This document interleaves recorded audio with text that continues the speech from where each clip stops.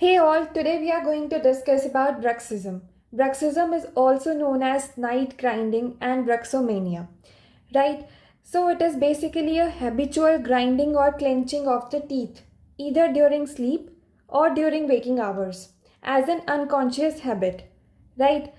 This habit is most common during the night time or during sleep, right? That's why the name night grinding, right? Now, this is the most common sleep disorder, right?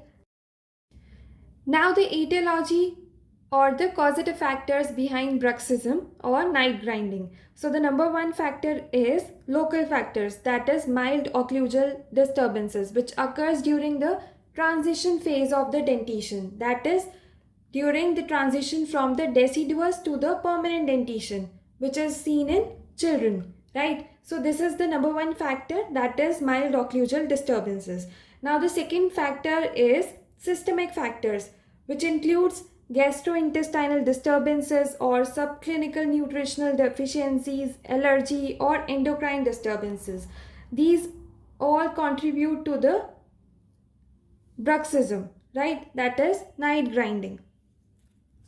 Now the third causative factor, that is psychological factor, that is anxiety and stress. This also contribute to the bruxism, right? Emotional tension may be expressed through a number of nervous habits. One of them is bruxism, right? Now, the fourth factor, that is occupational factors. So, the individual who are engaged in physical activities such as athletes or the individuals who are unusually precise in their work such as watchmaker are more prone to develop such habits, though the reason behind it is not known, right? Now, the voluntary bruxism. So, those individuals who are habitual of chewing things such as gums or tobacco or toothpick are susceptible to develop this habit later in their lives, right? Which is known as voluntary bruxism, right? Now, the clinical features of bruxism or night grinding. So, the first one is grinding or clenching motions are obviously there. Secondly, grinding or grating noises can be heard, which are unusually irritating, right? Thirdly, symptomatic effects can be seen on the dentition or the periodontium. So, the wearing of the teeth may occur not even on the incisal or occlusal surfaces, even on the interproximal surfaces, which later on will cause the production of sensitivity in those teeth, right? So, as the bruxism continues, there may be loss in the integrity of periodontal structures, resulting in loosening or drifting of the teeth. So, gingival recession with bone loss may also occur. So, due to bruxism, the periodontium is also disturbed, right?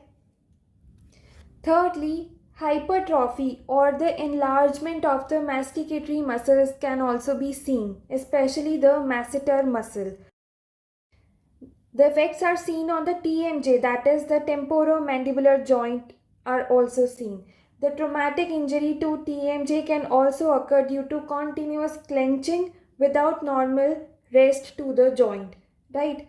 Bruxism may also cause headache as well as facial pain in the individuals.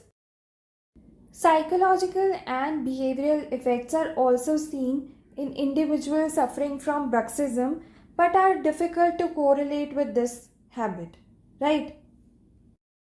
Now, the treatment of bruxism. So, the first one is the night guard. These are the removable appliances that an individual can wear during night. This will help in protecting the periodontium and the teeth as well, right? Also, the side effects of the night grinding or bruxism are subsequently reduced. Now, the second one is the botulinum toxin, which is generally known as Botox, is injected into the masseter muscle, which weakens the muscle so that the individual is unable to grind or clench, but the strength of the muscle is still maintained, or you can say the normal activities of that muscle is not hampered via injecting Botox into the masseter muscle. So these are the two most common treatments of night grinding or bruxism. This was all about night grinding. Thank you.